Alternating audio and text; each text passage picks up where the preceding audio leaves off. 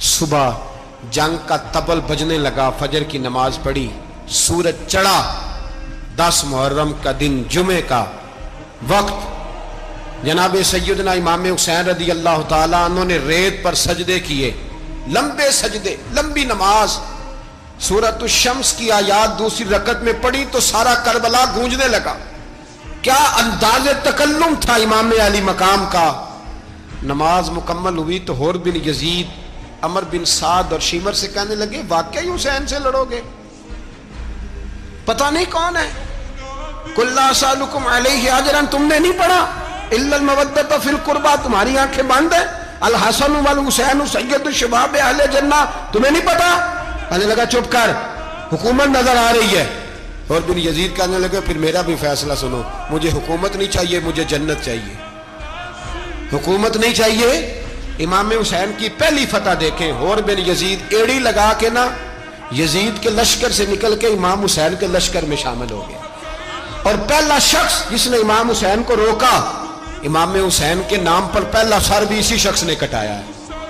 لیکن یزید کی قبر پہ لعنت بھی کوئی نہیں برساتا، اس کا محل تھا بہت بڑا، لیکن جب لوگ کربلا میں امام حسین کو سلام کرنے جاتے ہیں تو قدموں میں حور بن یزید کا مزار بھی بنا ہوا ہے، اس کو بھی سلامی دی جاتی ہے۔ اور اب ہم اکیلا حور بن یزید نہیں کہتے، ہم کہتے ہیں حور بن یزید رضی اللہ تعالیٰ۔ اب ہم اتنی تعظیم کرتے ہیں اس حور کی۔ جناب امام حسین کو میدان میں کھڑا کیا گیا، جہاد کا طبل بجا، پہلے خدام آئے، اور سن لو آج وہ پتہ نہیں بازاری سے لوگ چڑھ گئے ہیں سٹیجوں پہ، بازاری سے، نہ چہرے پہ داڑھی ہے نہ سر پہ کوئی کپڑا ہے، بازاری لوگ ہیں، بھاگ رہے ہیں، بازو چڑھائے ہوئے ہیں، بٹن کھولے ہوئے ہیں، تماشا بنا دیا۔ سننے والوں کا بھی اللہ ہی حافظ ہے، وہ سٹیج پہ یہ اہل بیت کی شان بیان کرتا ہے، بھاگ کے ادھر جاتا ہے، یہ کوئی طریقہ ہے؟ سننے والوں کا بھی عجیب انداز ہے، ہر بندے کو سننے بیٹھ جاتے ہیں۔ دین مہذب ہے، تہذیب والا ہے، دلائل رکھتا ہے، دین وقار رکھتا ہے، ایسے لوگ اب دین بیان کریں گے؟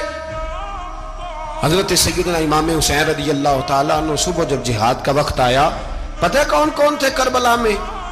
امام حسین کے ساتھ امام حسین کے 4 بھائی تھے کربلا میں۔ کتنے؟ بول کے بتائیں۔ حضرت علی کے 4 بیٹے، عباس بن علی، جن کو حضرت عباس کہا جاتا ہے نا، علمدار، یہ حضرت علی کی دوسری زوجہ میں سے۔ عباس بن علی بھی تھے، اور ابو بکر بن علی بھی تھے، عمر بن علی بھی تھے، عثمان بن، یہ حضرت علی کے بچوں کے نام ہیں۔ یہ آپ کے شہزادے امام حسین کے ساتھ شہید ہوئے، ان کا نام صرف اس لیے نہیں لیا جاتا کہ ان کا نام خلفائے ثلاثہ کے نام پہ، حضرت علی نے اپنے یاروں کے نام پہ رکھا ہے، تو تم نے کربلا کے میدان سے خارج کر دیا۔ یہ تینوں شہزادے حضرت جناب سیدنا امام حسین کے ساتھ تھے، یہ بھی شہید ہوئے۔ حضرت جناب زینب امام حسین کی سگی بہن ہے، ان کے 2 بچے تھے، اون و محمد۔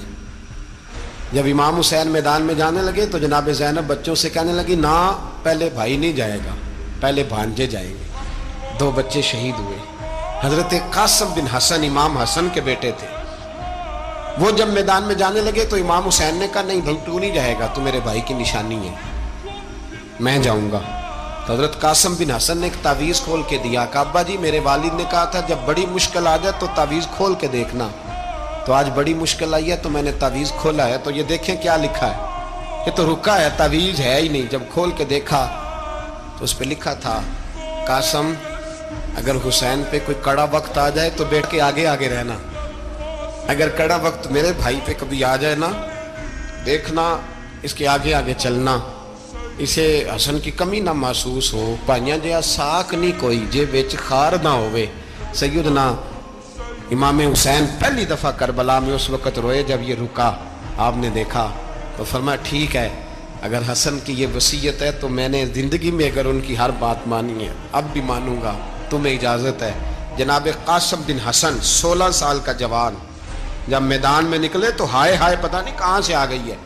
امام قاسم بن حسن جب میدان میں نکلے تو تبری سے لے کر علامہ ابو الاسناد صاحب سب کو پڑھ کے تو دیکھو، 3 دن کی پیاس ہے، شدید آزمائش ہے، دکھ ہے، تکلیفیں ہیں، پھر بھی پہلی دفعہ جب میدان میں گئے ہیں واپس آئے ہیں